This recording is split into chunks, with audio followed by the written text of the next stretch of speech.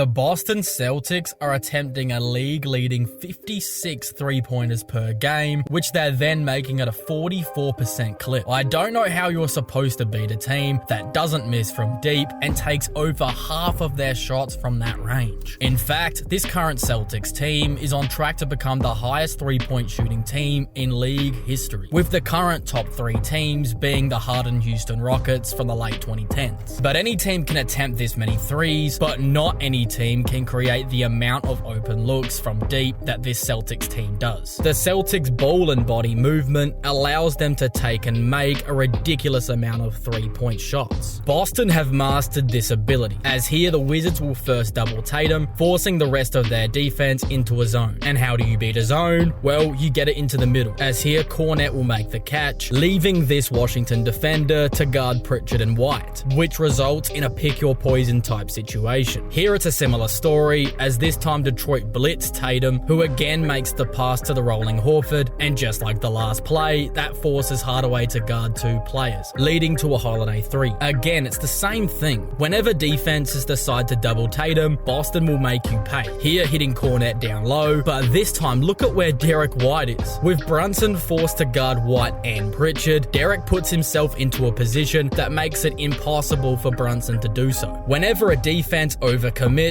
the Celtics ball movement is deadly, as here with three Knicks defenders on the Holiday and Horford pick and roll, it leaves a 1-on-2 on the weak side, and even though OG plays it well, JB will just drive, while Holiday pops, leaving him wide open for three. It's easy to see these plays live and think that the opposing defense is just playing them poorly. But when you slow it down and take a second look, Boston is so good at putting defenses into impossible situations, as here New York double Tatum, leading to a quick swing to Drew, who gets three more. What allows the Celtics to consistently get opposing defenses into rotation is because of how dangerous of a scorer Jason Tatum is. He's an elite shooter from anywhere, and if you don't send the double, he can drive right on by his defender, then either scoring for himself or putting the defense into rotation again with another pass. Here's the best example of Tatum creating offense with his gravity, as here the Wizards double him down low, which immediately results in the ball zipping around the perimeter for a warm-up three for Derek White. But what then makes it even harder is Tatum's not the only guy all the attention goes to, as here off a Jaylen Brown drive, he makes the smart decision to not try and finish the contested layup, to instead make the pass to the corner, as the ball zips around the perimeter to find Holiday for three more. Tatum and Brown, but mainly Jason Tatum, never get the credit for their playmaking ability, as it's often not them who pick up the assist, but they're almost always the ones getting the hockey assists, as they're called, as they're the guys who really set up the plays but never get the credit for it on the stat sheet. After being sat in the Olympics and not winning the finals MVP, Tatum is on a personal revenge tour this season, but he isn't doing it in a destructive way, as he's still taking and making the right passes to help his teammates win ball games. However, one key adjustment Tatum has made to his game over the off-season is already paying dividends, helping him to win the Player of the Week, and that is his jump shot. During the championship run, Tatum wasn't exactly a dominant force like what Giannis was in 2021 and what Jokic was in 2023, as a shooting slump was a big reason as to why he wasn't able to dominate. From deep, he was especially bad, making just 28% of his shots on 7.3 attempts per game, and from the field overall, he managed just 42%, both being horrible numbers. And it was his slow and clunky jumper that contributed to him at times not being able to get a shot off. Take this play for example, where even though he gets switched onto Luka Doncic, his shots seem to still be too slow to get it off without a tough contest. But even as early as the preseason, we saw the adjustment Tatum made to his jumper, which has made it slightly quicker and easier to get it off in a crowd, which then led to an offensive breakout to start this season. Over the first 3 games of this season, JT has been putting up 33 points, 6.3 rebounds, and 6 assists, shooting much better from the field, making a ridiculous 48% from downtown on an insane 11.7 attempts. If Tatum can keep up these numbers, this is an efficiency and a volume that we have never seen before. Even from the unanimous MVP season of Stephen Curry, he was only attempting 8.1, and in the year following, he shot 11.2 attempts per game. So with JT making prime Curry numbers from deep, he might have a real chance to win his first MVP this season, considering everything else he does on the floor. But perhaps the most pure basketball player on the team is Derek White. And by no means am I saying he's the best player on the team, but what I'm saying is he's the most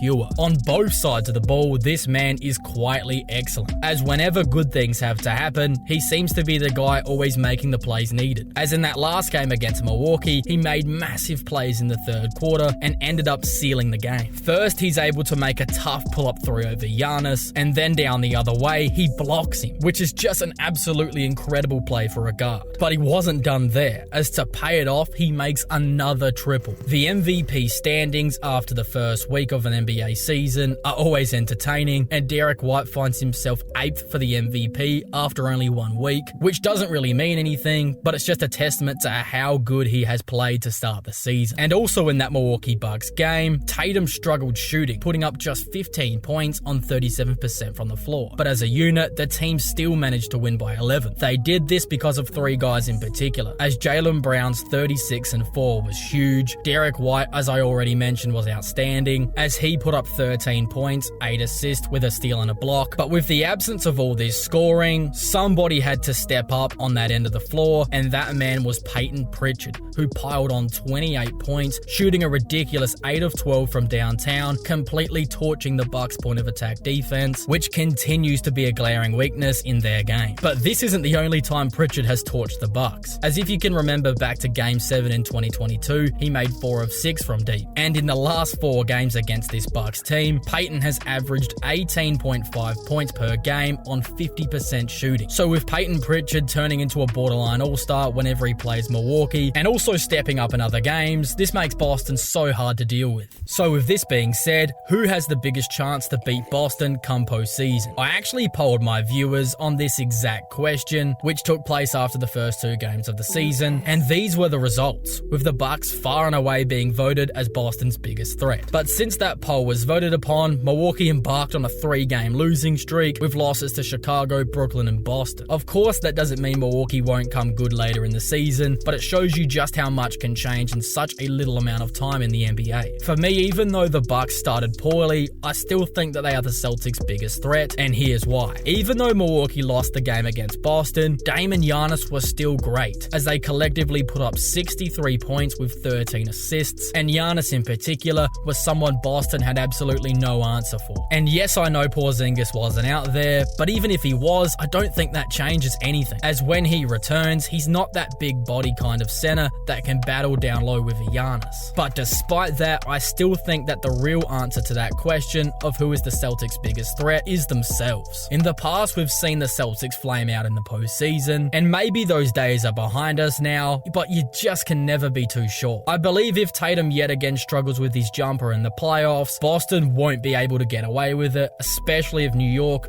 Philly, Milwaukee, and Cleveland are all healthy. But that's just my take. Who do you think the biggest threat to the Celtics are in the Eastern Conference this season? Let me know in the comments section below.